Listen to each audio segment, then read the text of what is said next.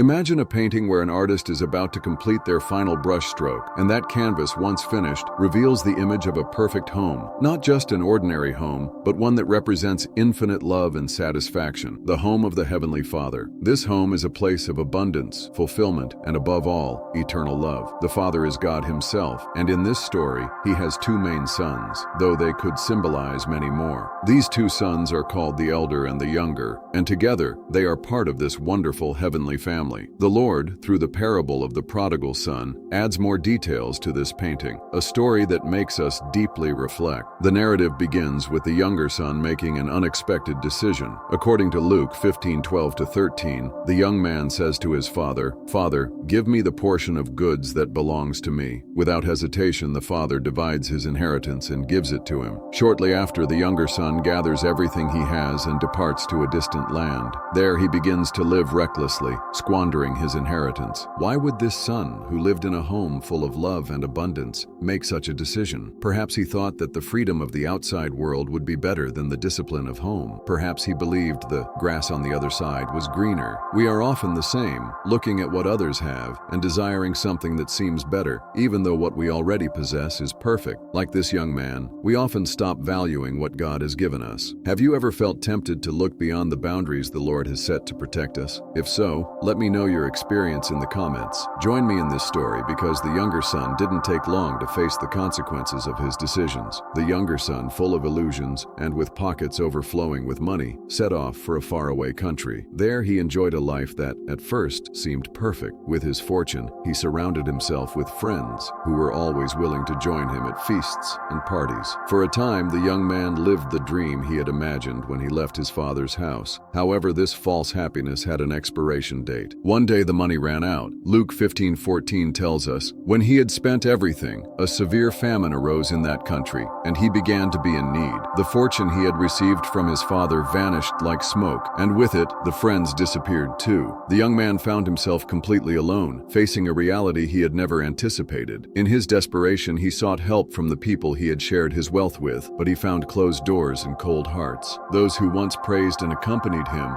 now rejected him without mercy. Here we see a powerful lesson. The world can offer temporary pleasures, but when the resources run out, those pleasures disappear too, leaving an even greater emptiness than before. Unable to find support, the young man had no choice but to accept a humiliating job, taking care of pigs. For a Jew, this was the lowest job imaginable, as pigs were considered unclean animals according to the law of Moses. Worse still, he couldn't even eat what the pigs were eating. Luke 15:16 describes his desperate state. He longed to fill his stomach with the pods that the pigs were eating, but no one gave him anything. This moment represents the lowest point in the prodigal son's life. His pride was crushed and his self-sufficiency shattered. However, this was also the beginning of his transformation. Sometimes God allows us to reach our lowest point so that in the midst of darkness, we can see the light. Have you ever experienced moments where you felt like the prodigal son, trapped in a desperate situation? If so, how did you find your way back? Let me know in the comments. But this story doesn't end here. What follows is a brilliant picture of grace and restoration that you won't want to miss. In the midst of his desperation, something began to change in the heart of the prodigal son. Luke 15:17 marks a turning point. When he came to his senses, he said, "How many of my father's hired servants have food to spare, and here I am starving to death?" That phrase, "and came to his senses," is powerful. Until that moment, the young man had been blinded by the illusions of the world, but in the darkness of his circumstances, he began to see clearly. Sin confuses us and distorts our perception of reality.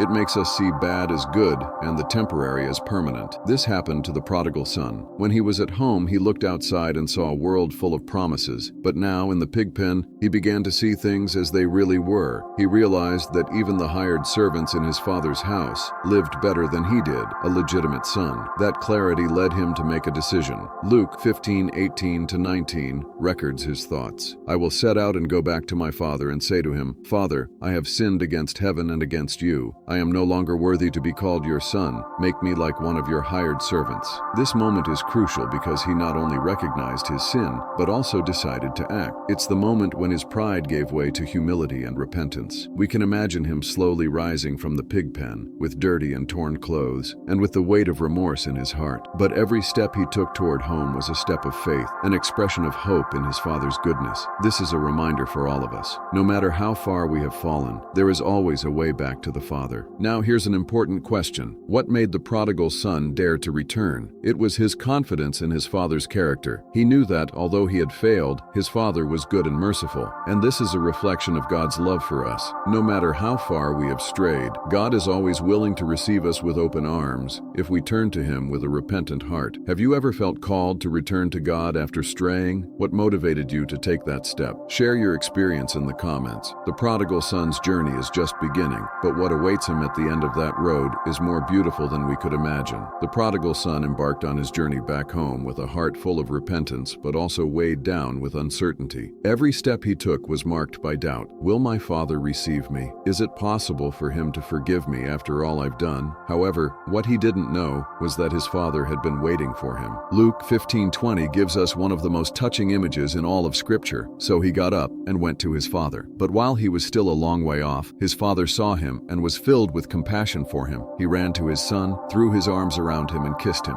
This verse reveals the heart of the Father, who not only forgives but actively seeks his lost son. From the day the young man left, the father had been watching, looking out into the distance, waiting for the moment his son would return. The act of running toward his son is especially significant. In that culture, it was unheard of for an older man, especially a respected father, to run. It was considered undignified. Yet this father didn't care about his dignity. His love for his son was greater than any social convention. This is a perfect representation of God's love. He doesn't wait for us to come to Him clean or perfect. Instead, He meets us in our lowest state, just as we are. The father declared with joy, "For this son of mine was dead and is alive again. He was lost and is found." This is a declaration of life and hope, a reminder that God not only forgives us, but revives us spiritually, gives us a new chance, and restores us to His family. Can you imagine the joy of that moment? A celebration not only to mark the son's return, but to proclaim the victory of grace over sin. Have you ever felt embraced by God's grace when you least deserved it? If so, I'd love for you to share your story in the comments. But this story has another facet we haven't yet explored: the reaction of the elder son. His response leads us to reflect on our own hearts. While the celebration for the prodigal son's return was in full swing, the elder son, who had been working in the field, came back home. Hearing the sound of music and celebration, he asked one of the servants what was happening. The servant explained, "Your brother has returned and your father has killed the fattened calf because he has him back safe and sound." This story not only shows us God's incredible love, but also challenges us to examine our own hearts. God is a father who waits with open arms, ready to forgive and restore. But He also calls us to celebrate grace, both in our lives and in the lives of others. The question is, how will we respond? Will we join the celebration of grace, or will we stay outside, trapped in our pride? If this story has touched your heart, I encourage you to reflect on which of the two sons reflects your current situation. Do you identify with the prodigal son, needing to return to the Father, or perhaps with the elder son, struggling to understand the depth of God's love and grace? Leave your reflection in the comments. And if this content has blessed you, don't miss the next video I've prepared for you. There, we'll delve deeper into the meaning of God's grace and how it can transform our lives. I'll see you there.